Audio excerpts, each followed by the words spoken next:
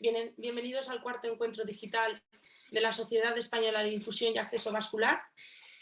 Yo soy Eli Lafuente, enfermera del equipo de infusión y acceso vascular del Hospital del Mar de Barcelona, y hoy vamos a hablar de las técnicas de depuración renal, y para ello tenemos a Flori Rosique, nefróloga del Hospital Clínico Universitario Virgen de la Risaca de Murcia, miembro de la Junta Directiva de GEMAR y coordinadora de acceso vascular para hemodiálisis en su hospital. Hola, Flori. Hola, buenas tardes. Hola a todos. Buenas. Y por otro lado, hablaremos de las técnicas de aféresis. Para ello tenemos a Mercedes Rodríguez, enfermera de aféresis del Servicio de Transfusión del Hospital Universitario de Salamanca. Buenas tardes. Hola, Hola, Mercedes. Quiero comunicaros que ha habido a día de hoy 247 personas inscritas. También quiero comentaros que en el botón de abajo de preguntas y respuestas está para que podáis hacer las preguntas que consideréis o los comentarios que consideréis a los ponentes. Sobre todo poner a quién va dirigido e intentarlas escribir en cuanto se os ocurran, porque así nos ayudáis a agilizar el debate que haremos después de las dos ponencias. En cuanto a la temática de hoy, el paciente que requiere terapia de reemplazo renal, ya sea por un problema agudo o ya sea de causa crónica, es un reto para los equipos de infusión y acceso vascular, puesto que tenemos que optimizar los accesos vasculares por partida doble. Estos pacientes ocasionalmente requieren de farmacoterapia endovenosa y debemos implantar el dispositivo más adecuado, pero respetando y siempre teniendo en cuenta el acceso vascular o el futuro acceso vascular para la hemodiálisis. Además, a estos pacientes aún se les añade otro problema, y es que este tipo de paciente, cuando precisa de farmacoterapia endovenosa, está expuesto a convivir con dos accesos vasculares sincrónicos, y tal y como reporta la literatura, aumenta la probabilidad de complicaciones asociadas a catéter. Pero además me gustaría resaltar que los equipos de infusión y acceso vascular a veces nos encontramos navegando en cierta controversia, porque por un lado las guidelines como la INS, como las guías de acceso venoso en pacientes con insuficiencia renal crónica, recomiendan evitar la punción en miembros superiores. Pero la realidad que nos encontramos es diferente, y así lo reporta un estudio realizado por David Page en 2019, donde establece que la práctica clínica no va acorde a lo recomendado con las guías. Pero también determina que los equipos de infusión y acceso vascular somos una herramienta para aumentar la adherencia a estas guías. Entonces creo que webinar como este nos van a dejar claros muchos conceptos, y qué mejor que Flori Rosique para que nos sumerja en este mundo tan complejo y a la vez tan interesante. Así que, Flori, cuando estés preparada, todo tuyo. Muchas gracias, Eli, por todo. Vamos a compartir pantalla.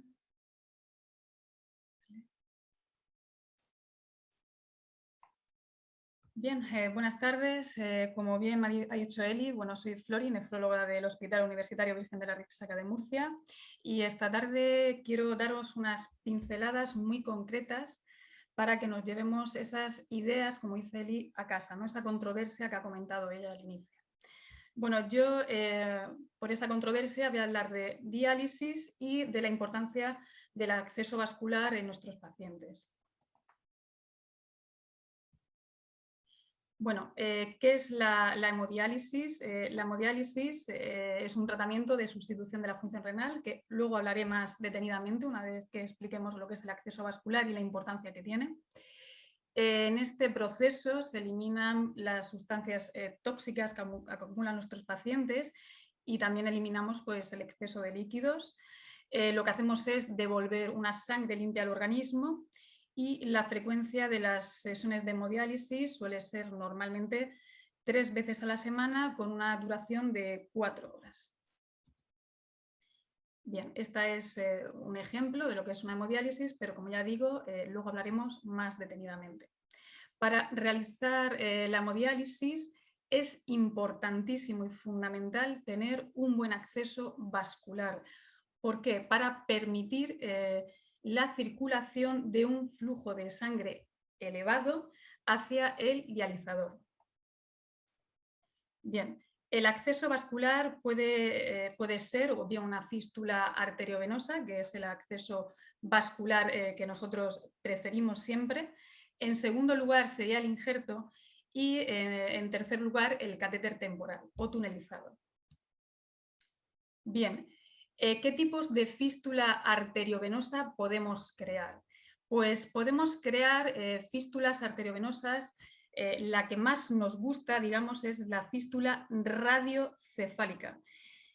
¿Por qué creamos una fístula? Pues una fístula se crea porque una vena periférica normal no nos va a servir para poder hacer la hemodiálisis. Necesitamos una vena con unos diámetros adecuados, como ya hablaremos más adelante, y esto se consigue uniendo la arteria, que da el flujo necesario, esa fuerza que nosotros necesitamos para que dilate la arteria y coja el flujo necesario.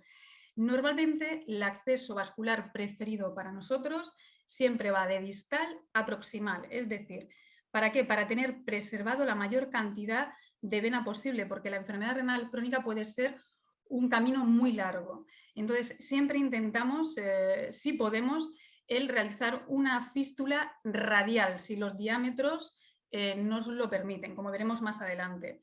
La radiocefálica, como ya he dicho, es digamos, la princeps, pero también podemos hacer cúbito-basílicas, que no es lo habitual, pero también se puede hacer. Digamos que estamos apurando la localización distal y si no se pudiera, también podemos hacer fístulas bien húmero-basílicas o bien húmero-cefálicas arriba. Aparte de la fístula arteriovenosa, si los diámetros de arteria y vena no son los adecuados, podemos realizar una fístula protésica, que lo habitual es hacerla húmero-axilar, entre la arteria humeral y la vena axilar. Y por último, el acceso vascular que menos nos gusta, que ya ahora os voy a decir el porqué, es el catéter tunelizado o temporal. ¿Por qué, digamos, la fístula arteriovenosa es el acceso vascular que nosotros preferimos, los nefrólogos preferimos? Pues porque los catéteres se infectan y se infectan mucho más que una fístula arteriovenosa. En este estudio de Cortes, realizado a 6 meses por este grupo, se vio que en 527 pacientes el riesgo relativo de infección era para la fístula de 1, para el injerto de 1,69, aumenta un poquito más, por eso está en segundo lugar, y luego ya para los catéteres, como podéis ver, tanto tunelizados como no tunelizados, el riesgo relativo aumenta, la verdad que espectacularmente, a 9,78 o 10,54 de riesgo relativo. En otro report que se hizo en América con 32 centros americanos, con una ratio de 28.000 pacientes, también se confirmó esta tendencia de esa infección que puede provocar los catéteres, y la media de infección para la fístula se comprobó que era de 0,5 por cada 100 pacientes meses, para los injertos de 0,9, para los catéteres centrales tunelizados 4,2 y para los catéteres temporales ya se incrementaba de manera exponencial a 27,1. En pacientes portadores de catéter venoso central, el riesgo de presentar una bacteriemia es 10 veces más alto que una fístula arteriovenosa. Y las guías del GEMAP recomiendan que en los casos en los que no sea posible realizar una fístula arteriovenosa nativa, realicemos siempre una fístula protésica antes que colocar un catéter venoso central, siempre que se pueda. Este riesgo de infección siempre va asociado a una mayor morbimortalidad. Esto se traduce en mayor número de ingresos hospitalarios y en un aumento del gasto sanitario también.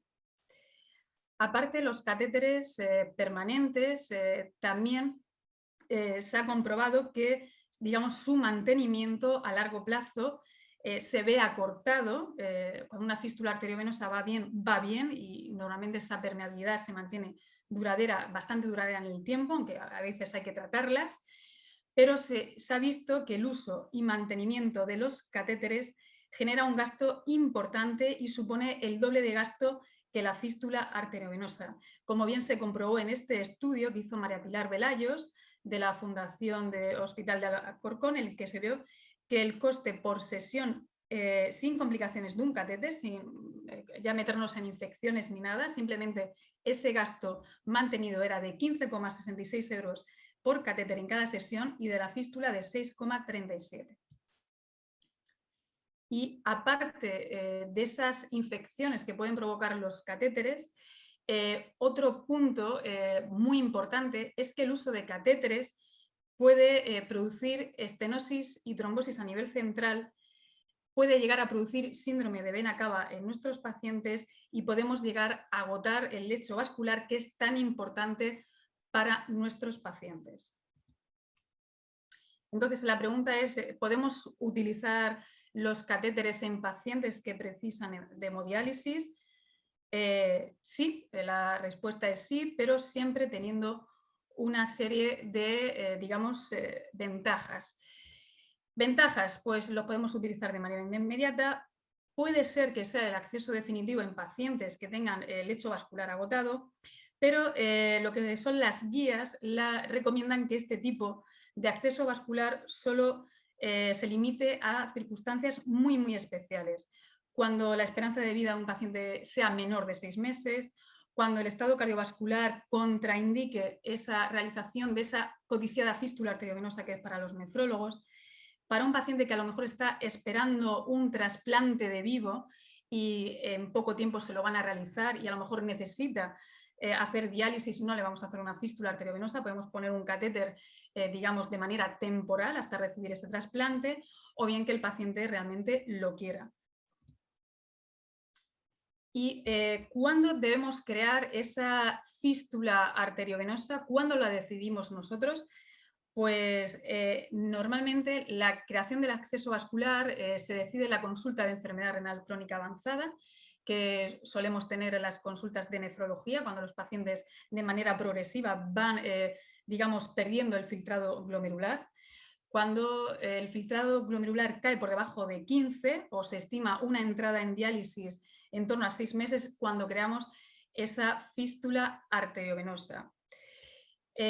Para la protésica se recomienda realizarla cuando preveamos que el paciente va a iniciar diálisis entre 3 y 6 semanas y se recomienda realizar la fístula arteriovenosa de una manera preferente en pacientes en los que veamos que la enfermedad renal crónica va cayendo de manera muy rápida, cuando hay una falta de maduración de la fístula arteriovenosa o cuando el paciente lleve colocado un catéter venoso central. Esos pacientes que se ven en la consulta de ERCA y se va viendo que ese filtrado glomerular va cayendo de manera progresiva, lo remiten a la consulta de ecografía Doppler y nosotros le realizamos el mapa vascular. Hacemos un mapa vascular antes de la creación de la fístula. Lo normal es que se haga en el brazo no dominante, es decir, si el paciente es diestro, lo vamos a hacer en el lado izquierdo si los diámetros, como ya bien repito, nos lo permiten. Siempre preguntamos al paciente si es portador o ha sido portador de catéteres centrales porque puede haber alguna lesión a nivel central y si tenemos una alta sospecha, a lo mejor hay que realizar una flebografía para descartar estenosis a nivel central, para que luego no haya problemas con la fístula, que es lo que nos puede limitar y por eso los catéteres los tenemos, digamos, muy limitados. Bien que el paciente también lleve algún dispositivo cardíaco, algún marcapasos o que se haya hecho alguna cirugía torácica previa. Realizamos una exploración física, test de Allen, palpamos los pulsos y los criterios mínimos que nosotros consideramos para poder crear una fístula arteriovenosa por ecografía es de arteria de 1,5 milímetros de diámetro y de vena de 2 milímetros de diámetro. Y siempre se le indica al paciente que debe dejar preservado el brazo para la futura creación de la fístula, es decir, que si nosotros ya hemos hecho el mapa vascular y vemos que el brazo es conveniente para hacerse la fístula, por ejemplo, el brazo izquierdo, ya le decimos al paciente que no se tome la tensión en ese brazo, que no se haga extracciones sanguíneas en ese brazo y que empiece a hacer ejercicio con ese brazo para empezar a desarrollar ese sistema arterial y venoso. Aquí tengo una ecografía hecha por mí de un mapa, veis esta arteria radial izquierda está muy bien, no está muy calcificada, es mayor de 1,5 milímetros, es adecuada para la realización de una fístula arteriovenosa y aquí vemos cómo el diámetro de vena cefálica se mide en todo el antebrazo, medimos bien que haya un buen digamos, drenaje de la vena y esta vena es adecuada porque mide más de 2 milímetros. Una vez que se ha hecho la fístula arteriovenosa, a diferencia de lo que ocurre con los catéteres, que tú pones un catéter y puedes hacer diálisis inmediatamente a un paciente, la fístula arteriovenosa no. Necesita un tiempo que se le llama maduración. Tiene que ir madurando, desarrollándose ese sistema venoso tan importante para poder hacer la diálisis.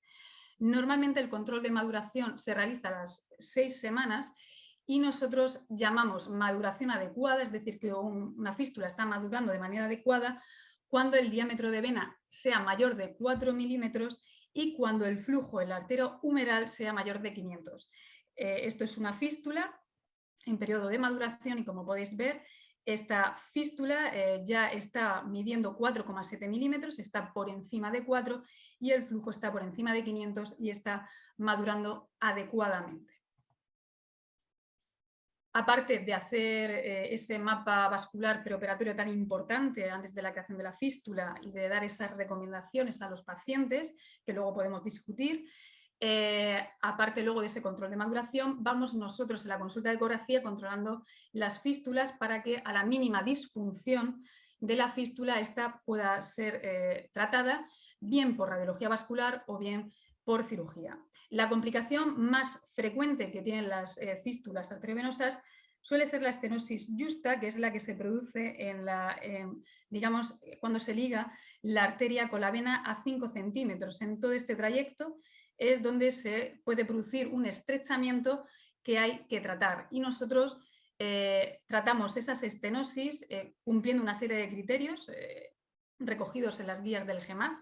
Y cuando se cumplen dos criterios principales, que es reducción del calibre del vaso mayor del 50% a un ratio mayor de 2, o un criterio adicional, caída del flujo por debajo de 500 o mayor de un 25% en fístulas con un QA mayor de 1000, entonces en esos casos los trataríamos. Esto es, como podéis ver, una estenosis justa. Aquí veis, esta es la arteria, este es, digamos, la ligadura, el empalme, digamos, hacia la vena. Vemos cómo la vena se está desarrollando, pero aquí hay una disminución de calibre, que suele ser una de las complicaciones que puede tener la fístula. Aquí los ratios veis que están muy aumentados y hay una caída de flujo por debajo de 500 y esta estenosis, según criterios, hay que tratarla para evitar, por supuesto, la trombosis de la fístula. Bien, entonces creamos esa fístula cuando el filtrado glomerular cae por debajo de 15.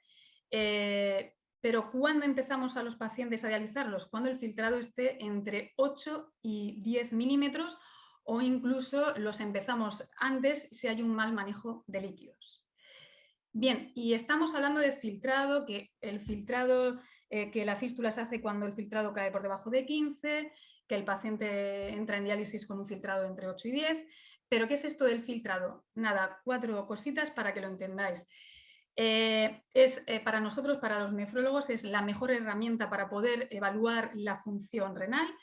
Antiguamente se calculaba a partir de sustancias endógenas, pero actualmente todas nuestras guías lo que recomiendan es la utilización de ecuaciones que se obtienen a través de la medida de concentración de creatinina sérica, edad, sexo y etnia. Esto en cualquier internet podéis ponerlo y se puede calcular perfectamente con esos 4 parámetros.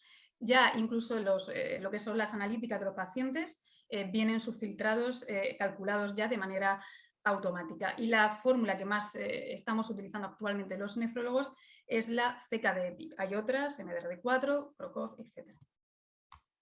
Y esta es la clasificación de lo que es la enfermedad renal crónica y la que propuso las guías CADIGO de 2012. Vemos, este es el filtrado, cómo va cayendo, ¿veis? Aquí lo vamos calculando en las consultas. Esto ya es, digamos, la eliminación de albuminuria, que también es un criterio importante, ¿vale? Y aquí veis los filtrados, lo que he comentado, que cuando el filtrado cae por debajo de 15, aquí es cuando ya tenemos que proponer la realización de una fístula. Y una serie de pinceladas para que conozcáis un poquito lo que es la enfermedad renal crónica. Vamos a hacer un pequeño viaje en 4 puntos. ¿Qué es la enfermedad renal crónica? Pues está siendo cada vez un problema más emergente en todo el mundo. De hecho, en un estudio español, el estudio de Pearce, que midió la prevalencia de enfermedad renal crónica en nuestro país, estimó que el 10% de la población adulta llegaba a sufrir un grado de enfermedad renal crónica y eso es digamos, una prevalencia muy importante, por eso tenemos que tener en cuenta todo paciente que entre por la puerta si tiene enfermedad renal crónica, vosotros que os dediquéis a la infusión.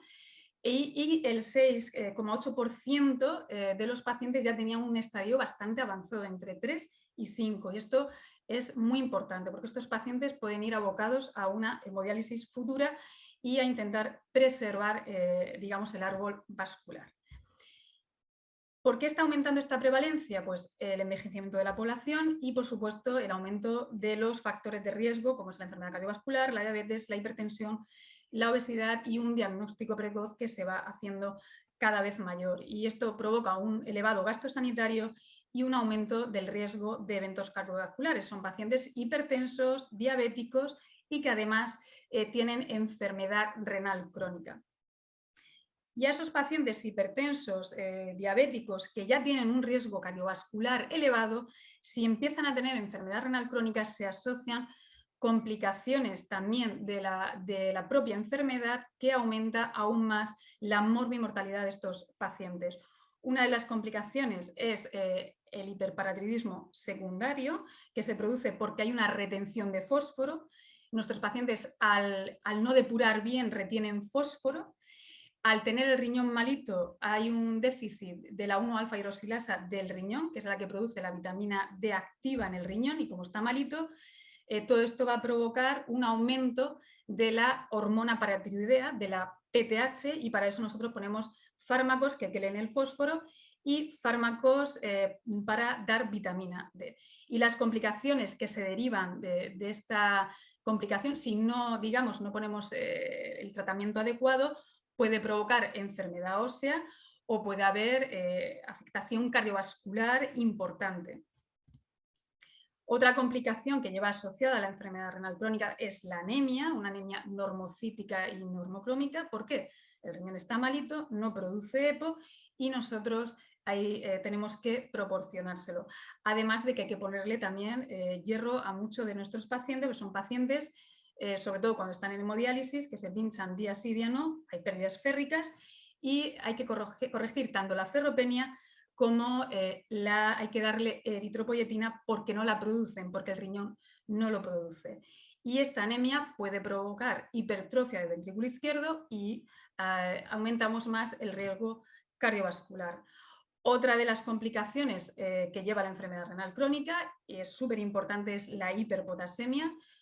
Lo mismo que ocurre con el fósforo, ocurre con el potasio, no se elimina, el riñón no es capaz de eliminarlo y esto puede llevar a arritmias ventriculares fatales. Todo esto se va corrigiendo, por supuesto, con la diálisis. Para cuando hay un paciente con hiperpotasemia, pues hay que revisar los fármacos que lleven potasio, hay que restringir muchísimo el potasio, dietas bajas en potasio, restricción de fruta, todo lo que podamos, doble cocción de verdura, etcétera, etcétera. Incluso hay pacientes que necesitan de resinas para poder bajarlas. Y luego también la última complicación de la enfermedad renal crónica es la acidosis metabólica. Esta acidosis metabólica se produce porque el bicarbonato no se produce en cantidad suficiente, porque el riñón está enfermo, y con la diálisis también podemos corregirla. Si no estamos en diálisis, sino estamos todavía en estadios, digamos, de enfermedad renal crónica sin diálisis, podemos dar bicarbonato. Y una acidosis metabólica puede llegar a producir disminución ósea, hiperventilación crónica, debilidad y atrofia muscular.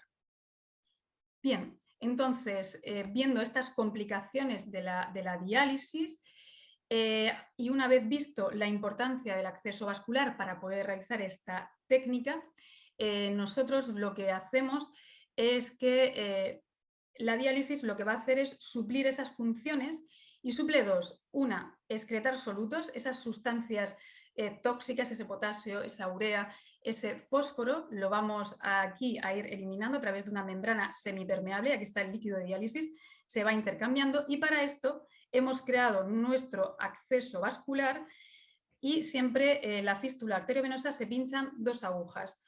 Una que le decimos punción arterial, aunque siempre pinchamos vena, ¿de acuerdo? Esa vena desarrollada que ya hemos creado en nuestra consulta de ecografía Doppler. Esta tiene una presión negativa, esta succiona la sangre sucia Esta sangre sucia va aquí al circuito y en esta membrana semipermeable que ya hemos descrito aquí, lo que hace es eliminar esas sustancias y las devuelve limpias otra vez hacia la punción venosa o punción de retorno. Esta es un retorno, una presión positiva. Esto permite pues, equilibrar el equilibrio ácido-base, corregimos esa acidosis metabólica, corregimos ese potasio también, ese fósforo. Lo que no podemos corregir son las funciones endocrinas y metabólicas, es decir, ponemos eritropoyetina en la máquina, después de la diálisis, o damos vitamina D, o lo podemos poner una vez que el paciente se está dializando. Así que la importancia del acceso vascular es que la fístula arteriovenosa permite disminuir la tasa de infecciones, la morbimortalidad, la estenosis y la trombosis que pueden llegar a producir los catéteres centrales. Una de las cosas que se os tiene que quedar claro es que la fístula arteriovenosa para el nefrólogo es importantísima porque es la arteria renal de nuestros pacientes, es su vida, y por eso nosotros luchamos mucho por las fístulas, por su mantenimiento, por su seguimiento, porque es fundamental para su vida, y por ello es tan importante pues, ese seguimiento, esa vigilancia, el estar encima de los pacientes, porque sin acceso vascular en un paciente no se puede dializar, y ahí ya sí que podemos llegar a casos muy, digamos, limitados. Por ello nosotros confiamos en el grupo GEMAP, en ese equipo, un equipo que está formado no solo por el nefrólogo, ¿de acuerdo? Ese nefrólogo, como habéis visto, es el que hace el mapa vascular preoperatorio en nuestro hospital. En otros hospitales puede hacer otra persona, radiología, pero en nuestro caso es nefrología, hace ese mapa vascular preoperatorio, el control ecográfico de maduración, el control de la fístula. Esos pacientes, una vez que son diagnosticados, los remitimos bien a cirugía cardiovascular, a radiología vascular, o bien los tiramos para un nuevo control. La coordinación de la lista de espera quirúrgica y radiológica la llevamos a cabo nosotros, el servicio de nefrología, junto con enfermería.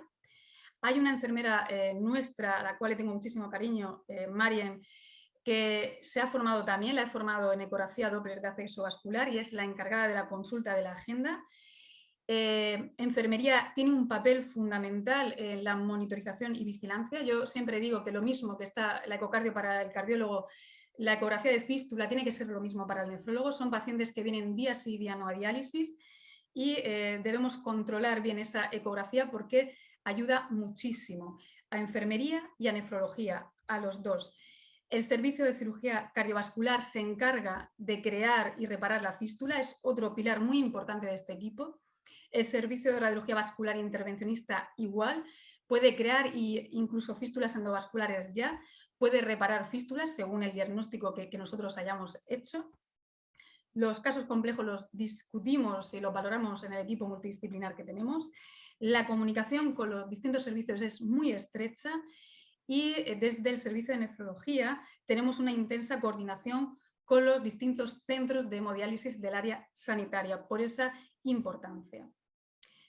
Así que, como conclusiones, deciros que la hemodiálisis es una técnica de depuración extracorpórea que suple las funciones renales de dos cosas, excretar solutos y eliminar agua. Nuestros pacientes, conforme van perdiendo ese filtrado glomerular y entran en hemodiálisis, de manera sucesiva van perdiendo la diuresis residual, y nosotros tenemos también no solo que limpiar esa sangre, tenemos que eliminar ese exceso de líquidos. No vamos a poder suplir las funciones endocrinas ni metabólicas, pero damos tratamiento para ello. Con la hemodiálisis podemos regular el equilibrio ácido-base y electrolítico. El acceso vascular, como ya hemos dicho, la fístula arteriovenosa es el acceso vascular preferido por todas esas ventajas que conlleva respecto a los catéteres. La creación anticipada de la fístula arteriovenosa sería lo ideal y hacerla desde la consulta de ERCA. Lo que pasa es que hay pacientes que algunas veces progresan de manera muy rápida y a veces hay que poner un catéter y de manera temporal hacer una fístula. Recordar que una fístula no es llegar a hacerla y pinchar, sino necesita un tiempo de maduración. Y es importantísimo crear equipos multidisciplinares implicados en el acceso vascular para controlar y vigilar esta herramienta tan importante para el paciente con enfermedad renal crónica, y es importantísimo ese team. Así que tenemos que seguir trabajando para conseguirlo entre todos, y esto es todo. Este es mi hospital, Virgen de la Rixaca. Muchísimas gracias. Muchísimas gracias, Flori. Excelente presentación. Creo que ha quedado claro la complejidad del paciente de nefro, la repercusión que tiene el agotamiento del acceso vascular y la importancia de los equipos multidisciplinares a la hora de optimizar lo que es el acceso vascular. Muchas gracias, de verdad. Gracias, Elia, a ti. Ahora nos vamos a trasladar a otra temática. Las terapias de aféresis cada vez se aplican para tratar más y más patologías y creo que es una diana para los equipos de infusión y acceso vascular, donde creo que tenemos mucho que aportar, ya que también requieren de un acceso vascular de ciertas características, que aporte un buen rendimiento en cuanto a flujos y que sea lo más cómodo y menos invasivo para el paciente. Por lo que este webinar nos va a servir para los que no sabemos sobre dicha técnica y para los que algo conocíamos, aumentar y consolidar conocimientos. Así que, Mercedes, cuando estés lista. Vale, muchas gracias. Supongo que me oís bien.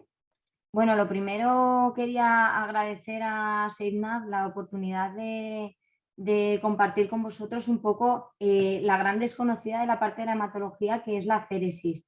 Y bueno, agradecer al equipo técnico, a José Carlos, José Antonio y a Eli por presentarnos y por hacer posible que esto se pueda hacer a distancia con este tema del COVID.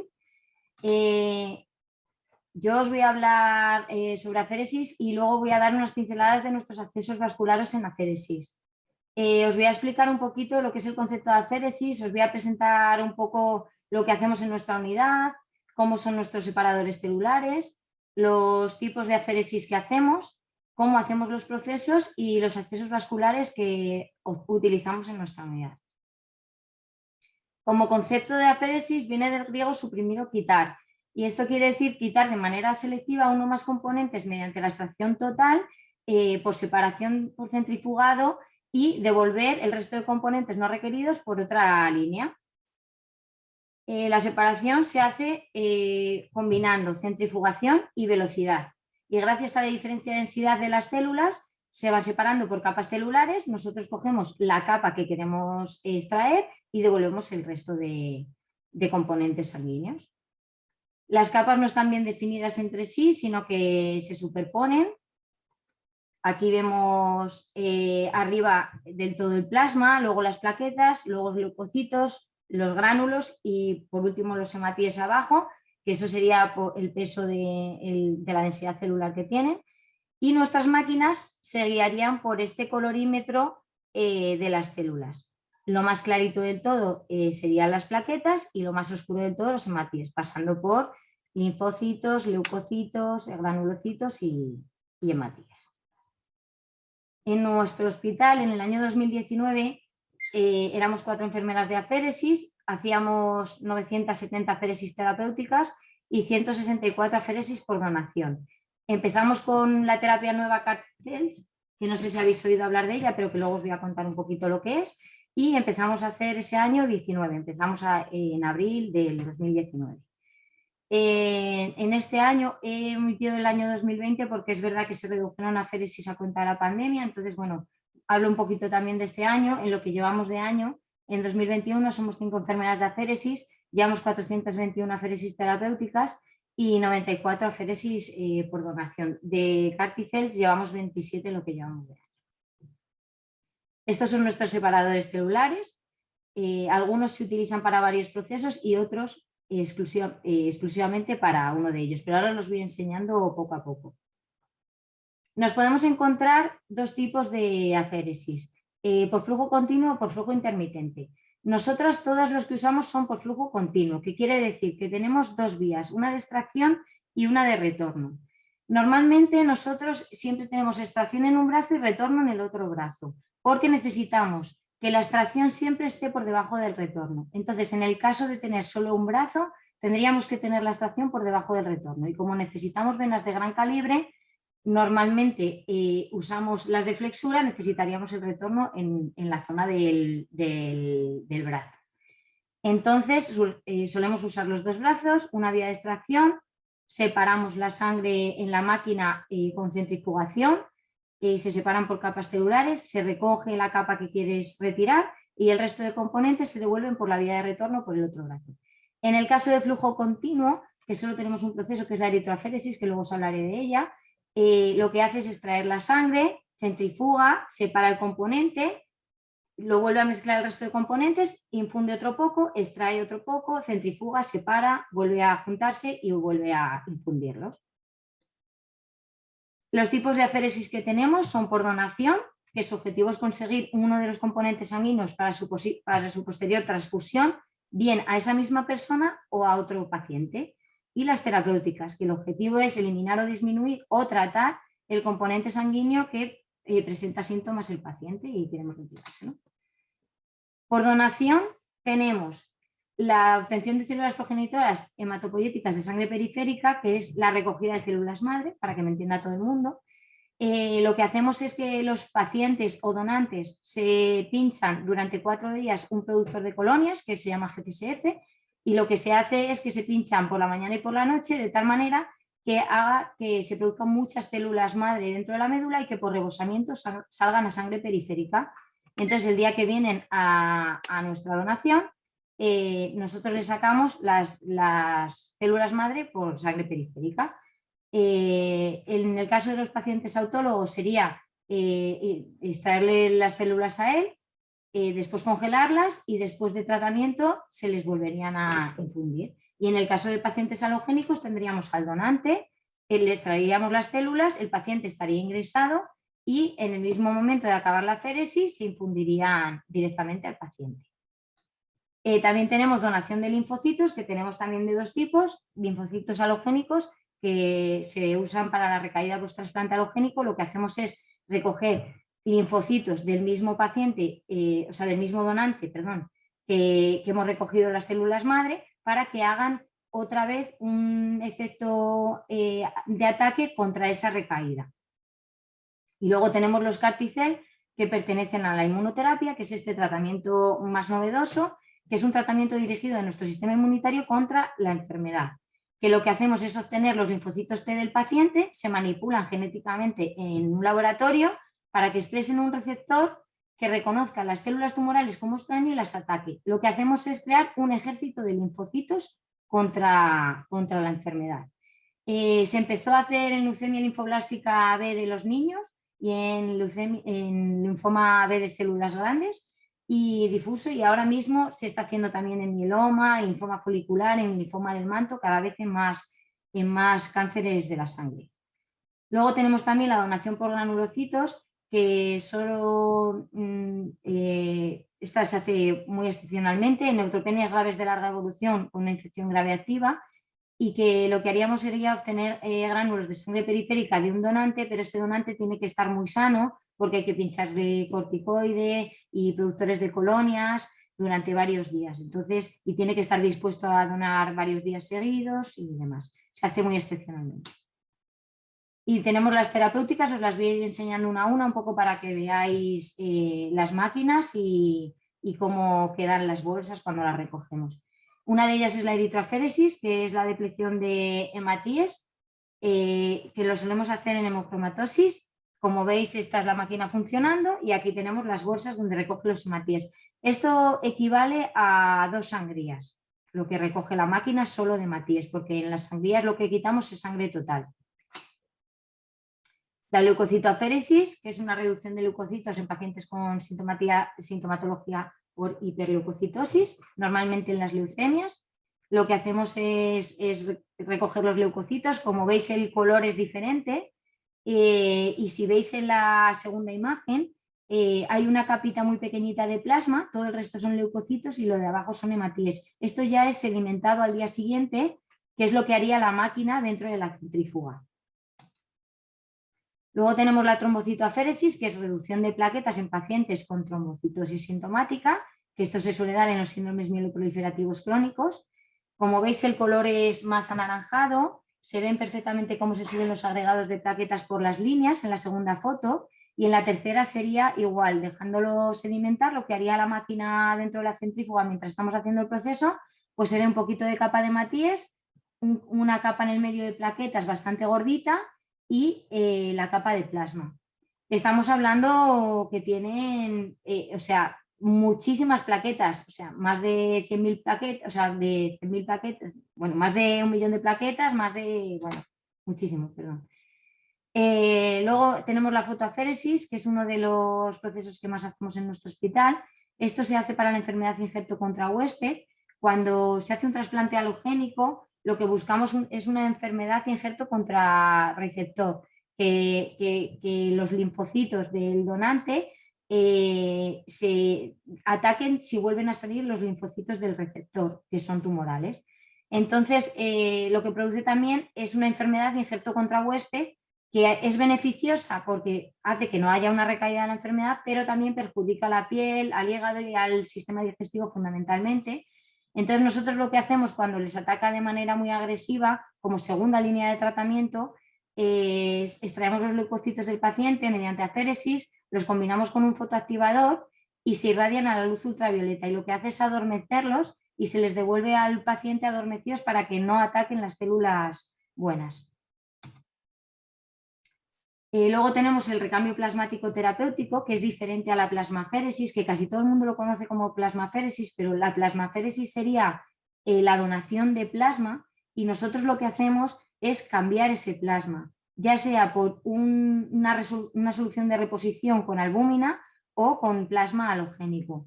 Y lo hacemos por varios motivos, para mucho tipo de patologías. Casi todos en nuestro hospital son o bien para neuro o bien para nefro, bien por rechazos humorales de trasplante o para pacientes hiperinmunizados antes de los trasplantes, para quitarles anticuerpos. Antes del trasplante o después del trasplante, si están haciendo anticuerpos de rechazo, les quitamos anticuerpos.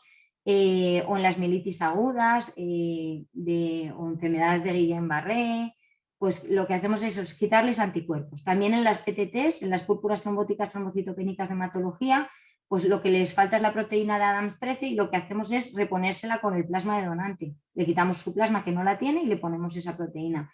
O también cuando hay hipertrigliceridemias que producen muchas pancreatitis, pues como veis aquí en las máquinas, el plasma es amarillo. Pues cuando hemos tenido hipertrigliceridemias bestiales, cuando quitamos el plasma es como leche, como si fuera mantequilla. También tenemos las columnas de inmunoabsorción, que aunque es un tratamiento bastante raro y se hace cuando fallan otras líneas de tratamiento, lo que hace es que tenemos una columna de gránulos de acetato que se pegan a los granulocitos, que son las células que producen inflamación en estas enfermedades. Entonces lo que hacemos es quitarle esas células que producen la inflamación. Bueno, nosotros nuestros procesos siempre hacemos más o menos lo mismo. Tomamos constantes, firman consentimiento, colocamos accesos venosos, pasamos siempre un poquito de calcio antes de nuestros procesos, porque usamos un anticoagulante para que no se nos coagule la sangre en las máquinas, que se llama citrato, que es quelante del calcio, y baja un poquito el calcio y los pacientes pueden tener clínica de hipocalcemia, calambres, hormigueos, y a veces en casos graves pues no pueden hacer, o sea, se quedan con la pinza hecha o demás. Les pesamos y les tallamos para calcular su volemia, porque todos nuestros procesos van en función de las volemias sanguíneas y plasmáticas, y siempre les sacamos valores analíticos porque tenemos que, sobre todo nos importa mucho el hematocrito para ponerlo en la máquina, las plaquetas que tengan nuestros pacientes, sobre todo los nuestros que son de hematología y suelen tener muy poquitas plaquetas para no quitarles muchas, y la coagulación en el caso de que tengamos que poner catéteres centrales, y los leucocitos que tienen. Durante el proceso siempre hacemos control de volemias, control de la proporción de anticoagulante, del estado del paciente, de la velocidad de extracción, de los fluidos de reposición, de que no nos den problemas las vías, que es nuestro gran reto al final. Y os voy a hablar de los accesos venosos que utilizamos para nuestros procesos. Nosotros tenemos una consulta de enfermería que todos los pacientes que tenemos para realización de aféresis pasan por nuestra consulta.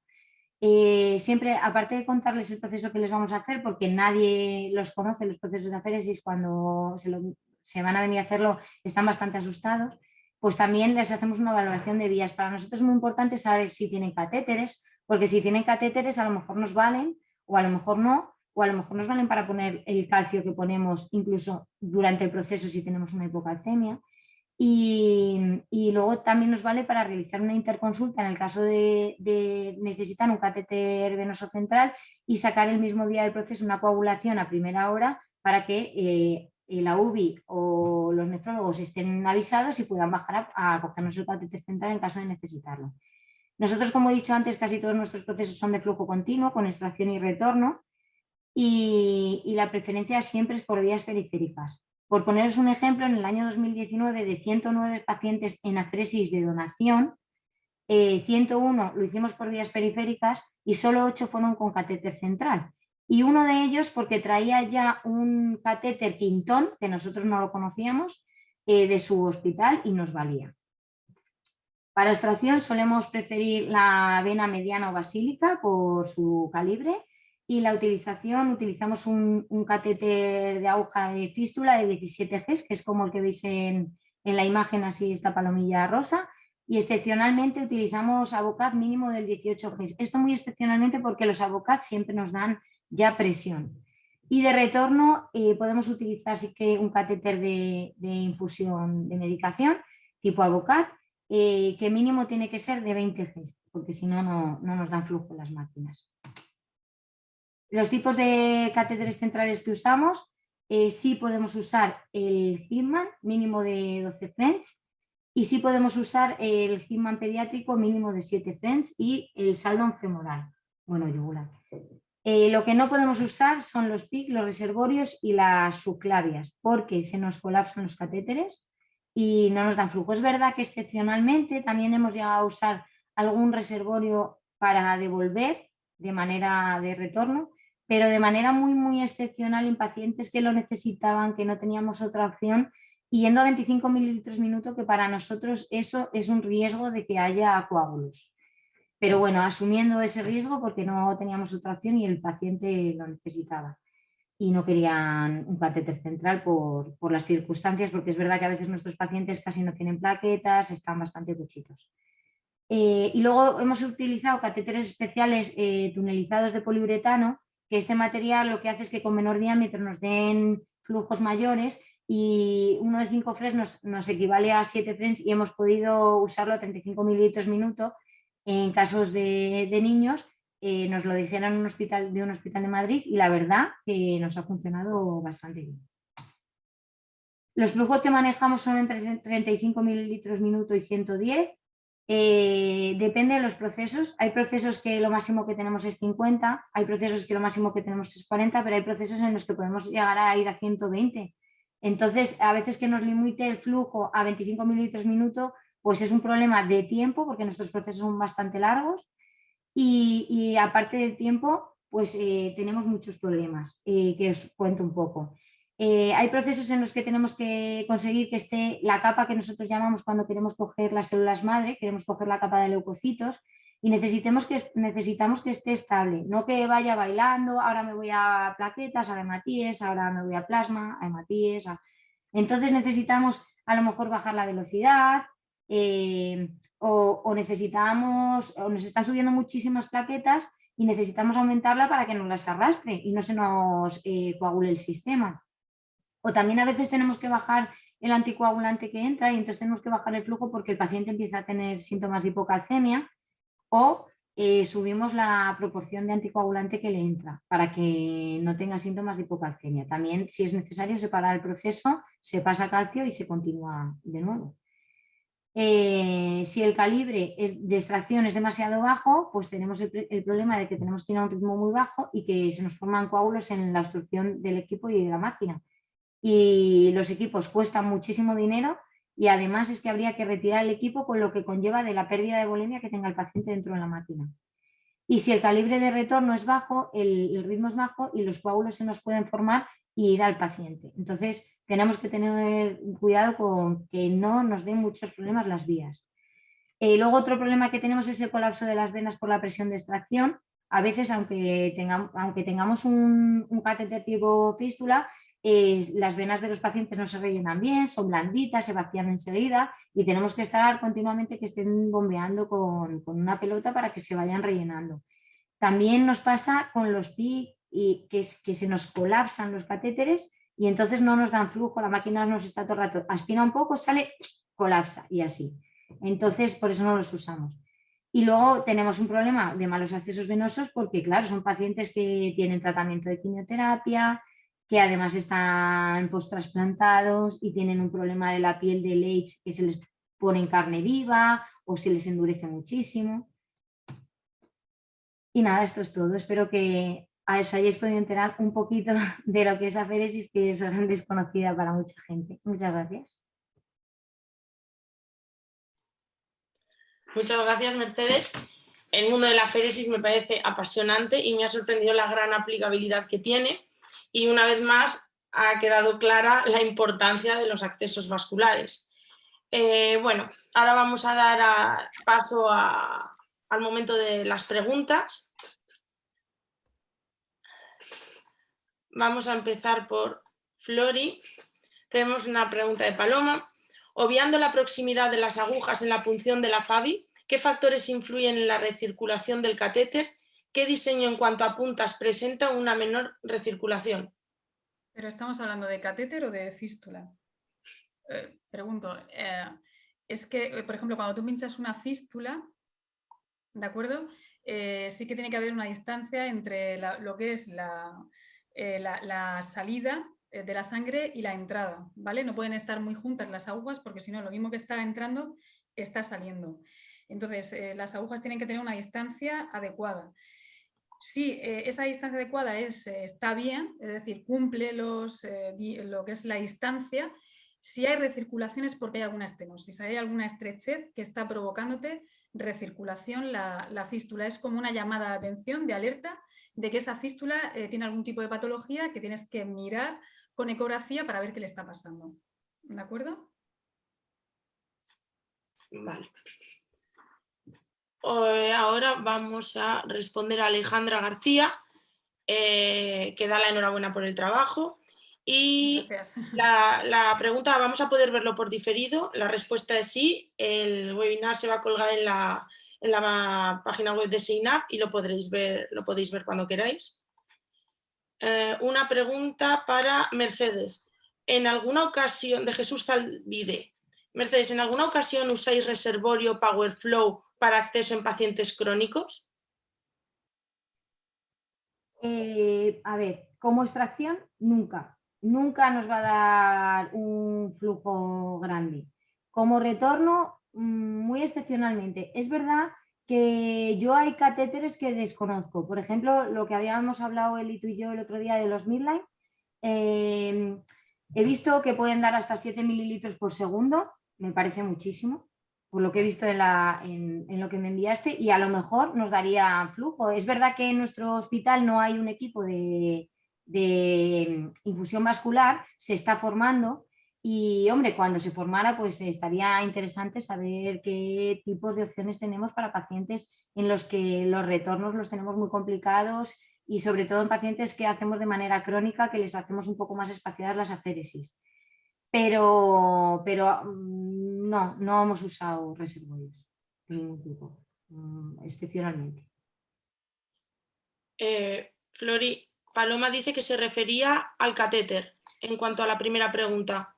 Al catéter. A ver, los catéteres siempre recirculan más es obvio que las fístulas, porque los dos tubitos se quedan muy cerca en la aurícula derecha, ¿vale? Pero nosotros, el tema de la recirculación en el catéter, ¿cómo explicarme? No le damos tanta importancia como a la fístula, ¿vale? Un catéter disfunciona si a lo mejor ya hay una vaina de fibrina o está dando problemas, pero nosotros lo que es la recirculación en un catéter, la verdad que no es como la fístula, no es que nos está indicando nada, ¿vale? El catéter cuando da problemas es cuando, ya digo, hay una vaina de fibrina, hay una disfunción, no va, el retorno no va, etcétera, etcétera, pero siempre va a recircular, vamos, siempre más porque lo que es la arteria y la vena, para que me entendáis, se quedan muy cerca, ¿vale? Que una fístula. Vale, otra pregunta para ti, Flori. Si el paciente presenta una FABI funcionante en un brazo y en el contralateral varias FABIs no funcionantes y el paciente precisa de un pico, un midline, por ser un paciente con dificultad en el acceso venoso, ¿podemos canalizarlo en el brazo de la FABI parada no funcionante o por el contrario habría que canalizarle un catéter venoso central para evitar la multipunción? Vamos a ver, nosotros lo que son las guías siempre intentamos pero vamos a ver, si es una fístula, a ver, yo intentaría ver cómo están las venas en el brazo, que la fístula que ya no funciona, ¿vale? Porque para nosotros el brazo de la fístula es sagrado, es lo que hemos está comentando, ¿no? Es el tesoro del paciente con enfermedad renal crónica. Entonces, si vosotros podéis colocar, si veis con un mapeo ecográfico, veis que podéis colocar un catéter vuestro, no hay problema, en el brazo siempre contralateral, ¿vale? Catéter en el mismo lado de la fístula, jamás. Y si no podéis colocar un catéter central por acceso periférico, pues habrá que colocar un catéter central yugular, ¿vale? En el brazo que no lleva la fístula. Y si ya necesitáis un catéter venoso central y la parte, digamos, que no es la fístula, no se puede porque la yugular está trombosada o lo que sea, y hay que colocar un catéter central, pero a lo mejor hay que colocarlo en la pierna, ¿vale? O un catéter temporal femoral o no sé vosotros qué es lo que colocáis, pero ya digo, yo haría ese algoritmo. Y el brazo de la fístula, por supuesto, nada, no tocar. Por lo tanto, si lleva dos fístulas, una funcionante y una no funcionante, siempre tenemos que ir al brazo de la no funcionante. De la no funcionante, exacto, quemar el brazo de la no funcionante, porque eso a nosotros nos da igual, ¿vale? Y si la fístula es funcionante hay que cuidarla, porque es lo que he comentado. Si destrozamos ese brazo, entonces ya, fatal, ¿vale? Y en caso de ser un paciente que haya una previsión de acabar en hemodiálisis y no lleva ninguna FABI, ¿siempre prioricéis el brazo no dominante? Sí, mira, te cuento, Eli, es que eso creo que se tiene que dar muy claro esta tarde. Vamos a ver, nosotros lo que son las guías, lo que recomiendan es que para infusiones, transfusiones y tal, si se puede el dorso de la mano, mejor, ¿vale? Sería lo que es pincharle la mano. Sé que duele más que en otros territorios, pero sería lo ideal, es lo que recomendamos en la guía del GEMAP, ¿de acuerdo? Si no podéis, por lo que sea o tal, pues siempre iros al brazo no dominante. También digo, ojo, hay veces que tú te pones a hacer la ecografía en el mapa vascular antes de la creación y te encuentras que el brazo no dominante no vale y tenemos que irnos al dominante a hacer la fístula. Pero ante la duda, y si el paciente todavía no ha pasado por la consulta de ecografía y no le hemos dicho el brazo que tiene que dejar preservado y reservado para la fístula, ante esa duda, iros siempre al no dominante, ¿de acuerdo? Ante la duda. Y ya, si es un paciente con enfermedad renal crónica que os puede llegar, vosotros preguntar, oye, ¿te han dicho algo la médica o el médico del riñón de qué brazo no utilizar para sacar analíticas o para pinchar? Sí, pues me ha dicho que este no me lo toque. Aparte que el paciente es que somos muy hincapié duro, no se le ocurra que no te pinchen, que no te tal, este ya reserva como un tesoro. Si el paciente no, pues al no dominante, ¿de acuerdo? Y vale. Siempre intentar, pues eso, el dorso, y si no, pues escucha, hay pacientes que es que las venas, vamos, las tienen fatales, todos hemos batallado con eso, y si tienes que pinchar arriba o tal, o tienes que pinchar en las comunicantes, pínchale. Lo que pasa que sí que es verdad que luego luego te encuentras con brazos, por ejemplo, están ingresados. El otro día me encontré un paciente que le hago un mapa vascular, me iba a ir al brazo no dominante y me encontré había tenido el hombre una flebitis y estaba la cefálica toda trombosada. Entonces me tuve que ir al dominante a hacerle la fístula, ¿de acuerdo? Pero bueno, son cosas que pasan, ¿vale? No sé si se ha quedado claro, Eli, o... Sí. No, lo que pasa es que hay que hacer una de malabares con estos pacientes. No, sí, no me extraña, Mercedes, hay un comentario de Jesús Zaldive que dice que ellos usan catéteres fenestrados de 17 con grandes resultados. Vale.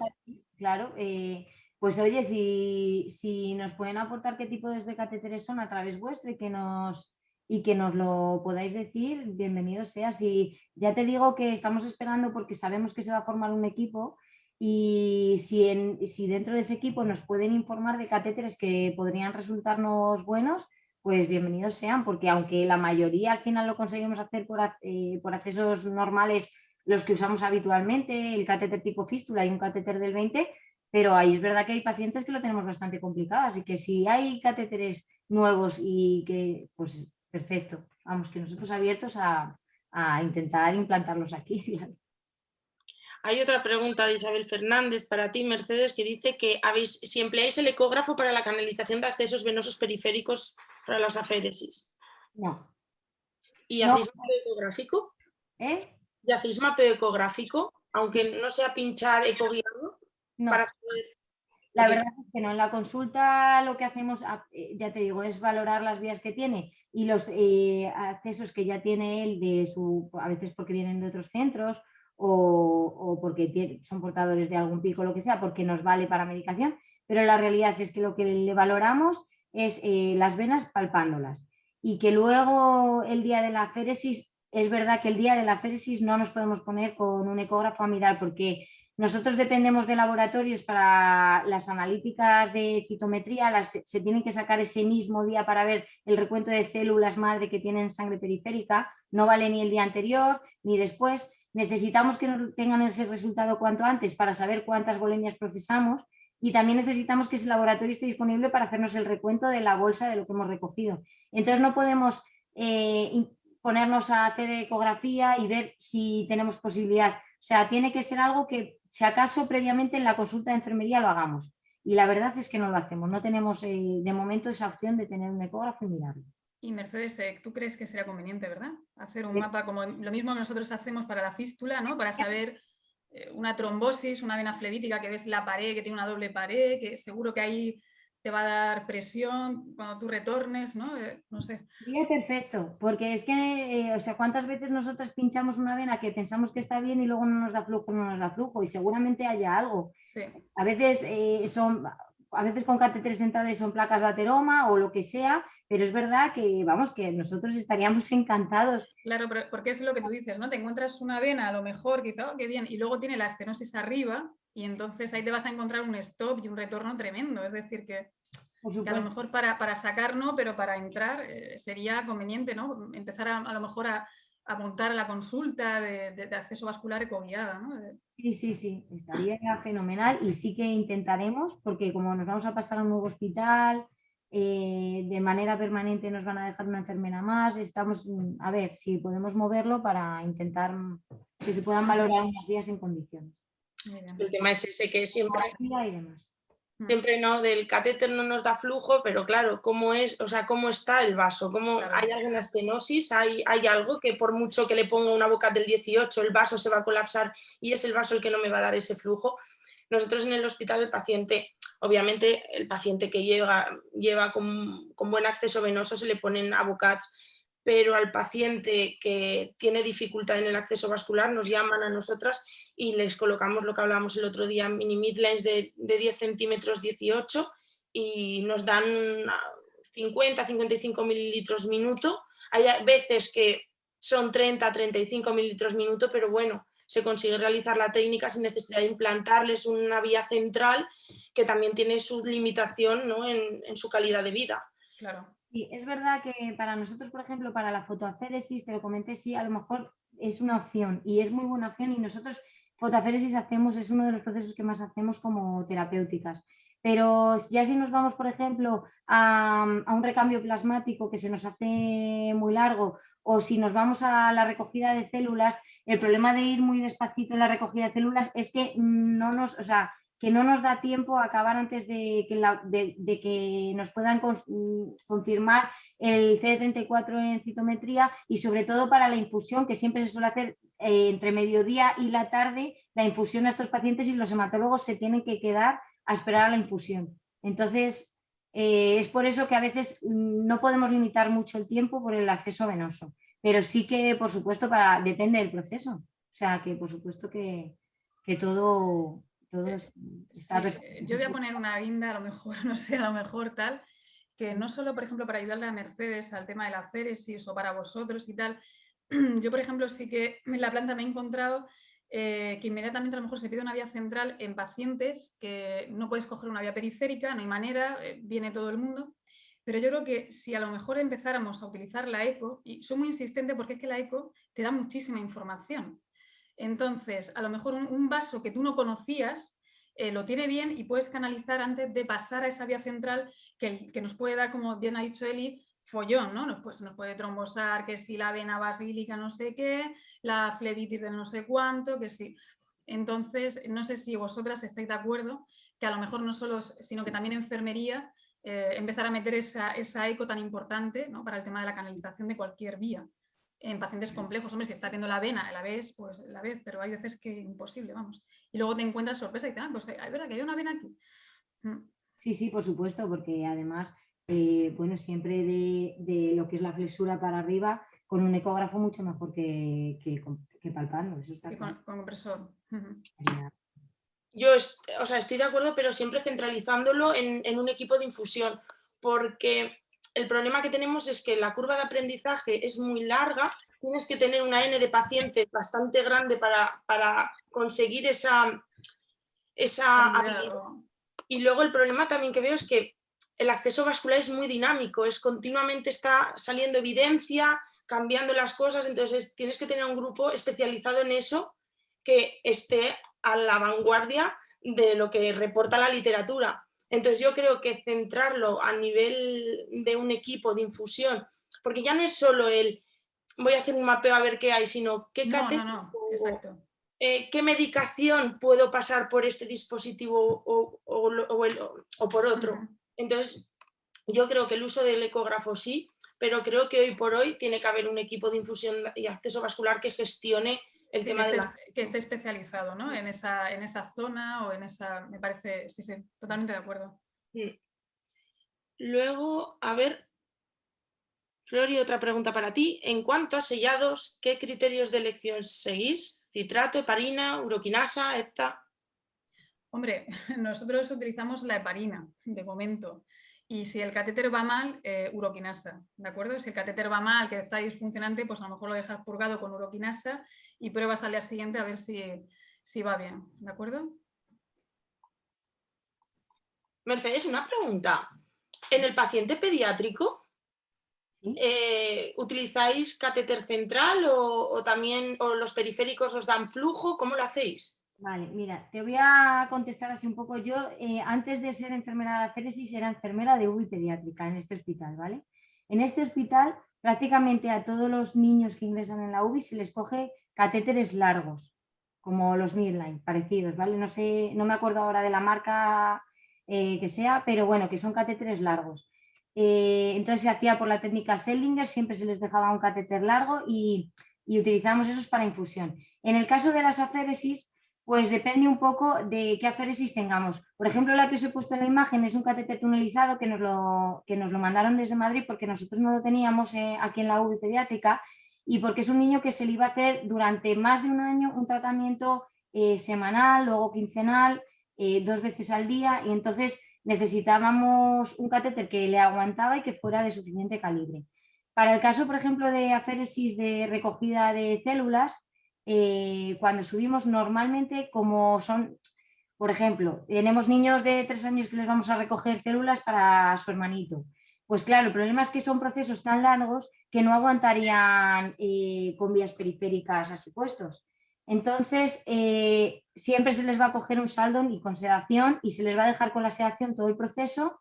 En la UBI pediátrica se va a hacer el proceso y luego se le va a retirar ese Saldon al terminar el proceso. Entonces, claro, es que depende un poco del proceso. Luego hemos tenido donaciones de sangre para luego una posterior recogida de células en quirófano a nivel central de la médula directas.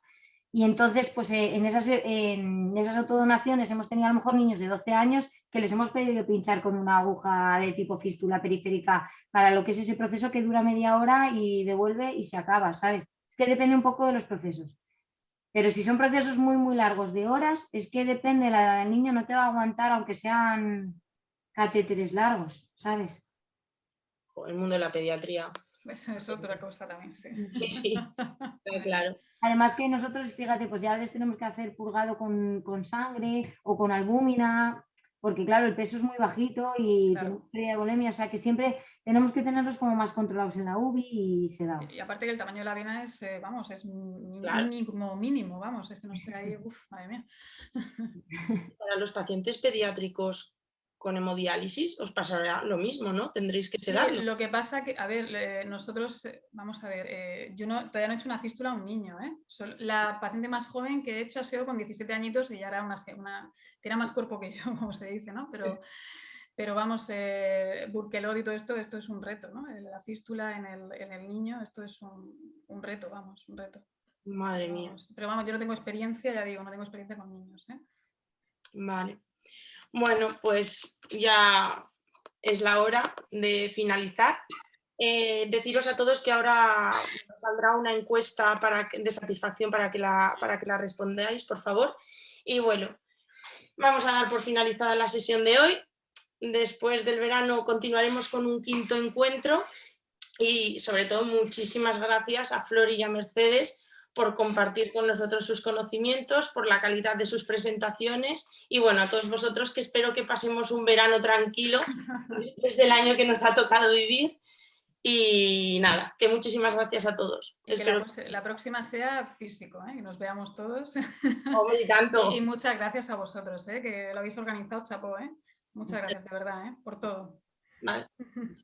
Bueno, hasta luego. Hasta luego. Adiós.